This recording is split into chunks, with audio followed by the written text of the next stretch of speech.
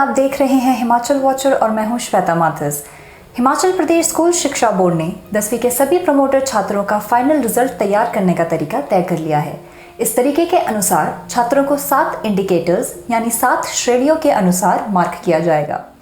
ये 7 तरीके हैं: practical marks, internal assessment, 9th class का रिजल्ट, फर्स्ट टर्म 10वीं के एग्जामिनेशन का रिजल्ट, सेकेंड टर्म 10वीं एग्जामिनेशन का रिजल्ट, प्री बोर्ड मैट्रिकुलेशन का रिजल्ट, हिंदी पेपर जो कि 10वीं के स्टूडेंट्स ने 13 अप्रैल 2021 को दिया था, उसके मार्क्स भी फाइनल रिजल्ट में जोड़े जाएंगे।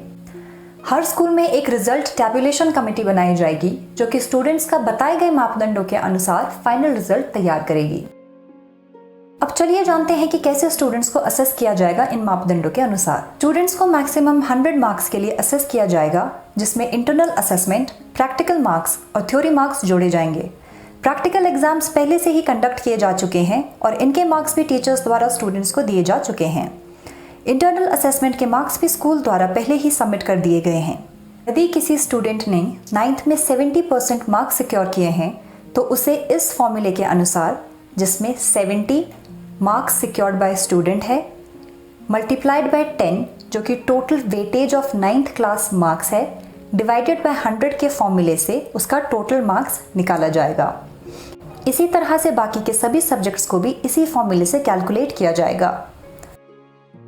स्टूडेंट्स के 10th क्लास की फर्स्ट टर्म की परफॉर्मेंस के अकॉर्डिंग ही उन्हें 10th क्लास फर्स्ट टर्म के मार्क्स अलॉट किए जाएंगे। फर्स्ट टर्म 10th क्लास के मार्क्स को कैलकुलेट करने का भी वही सेम फॉर्मूला रहेगा जो 9th क्लास के मार्क्स को कैलकुलेट करने का था।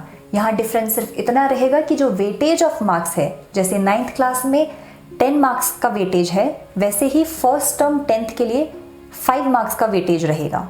इसी सेम तरीके से 10th के सेकेंड टर्म के मार्क्स भी कैलकुलेट होंगे।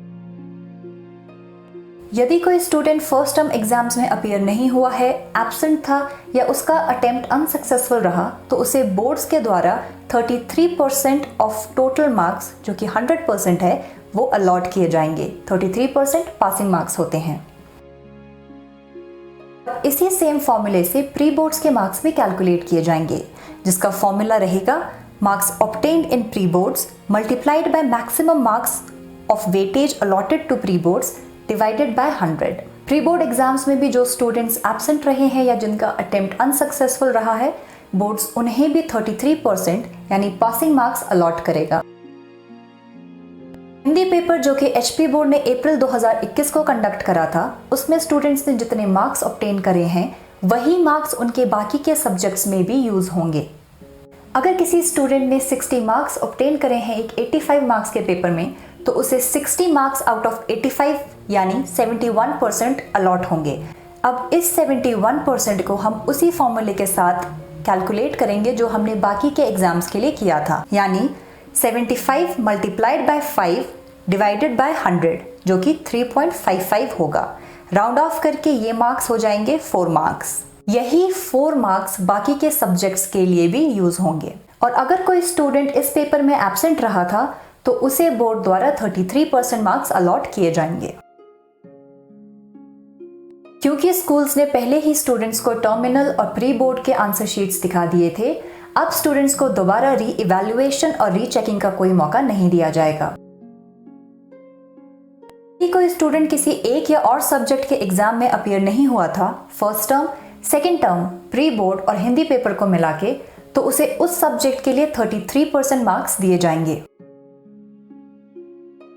पिछले साल के स्टूडेंट्स जिन्होंने इंप्रूवमेंट ऑफ परफॉर्मेंस के लिए अप्लाई किया है, उन्हें इस पॉलिसी के अंडर इवैल्यूएट नहीं किया जाएगा, क्योंकि ये स्टूडेंट्स पहले से ही पास डिक्लेयर हो चुके हैं। हिमाचल प्रदेश स्कूल शिक्षा बोर्ड उन स्टूडेंट्स को भी री एग्जामिनेशन का मौका देगा जो इस इवैल्यूएशन पॉलिसी के रिजल्ट से संतुष्ट नहीं होंगे। ये एग्जाम्स जब कभी कोरोना स्थिति में सुधार आएगा तब कंडक्ट करवाए जाएंगे। चलिए जान लेते हैं कुछ इंपॉर्टेंट पॉइंटर्स। प्रदेश शिक्षा बोर्ड एचओएस के तहत परीक्षा देने वाले विद्यार्थियों को प्रमोट नहीं करेगा।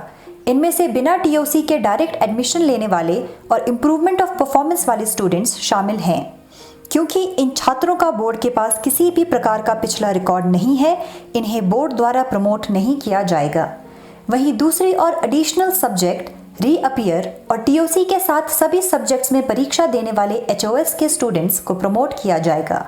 इनके लिए मेरिट लिस्ट मार्च और अप्रैल में हुए 10वीं की परीक्षा के आधार पर तैयार किए जाएंगे। आई होप ये सारी इन्फॉर्मेशन आपके लिए काफ़ी वैल्यूएबल होगी और आप इसे अच्छे से समझ चुके होंगे। Thank you so much for watching.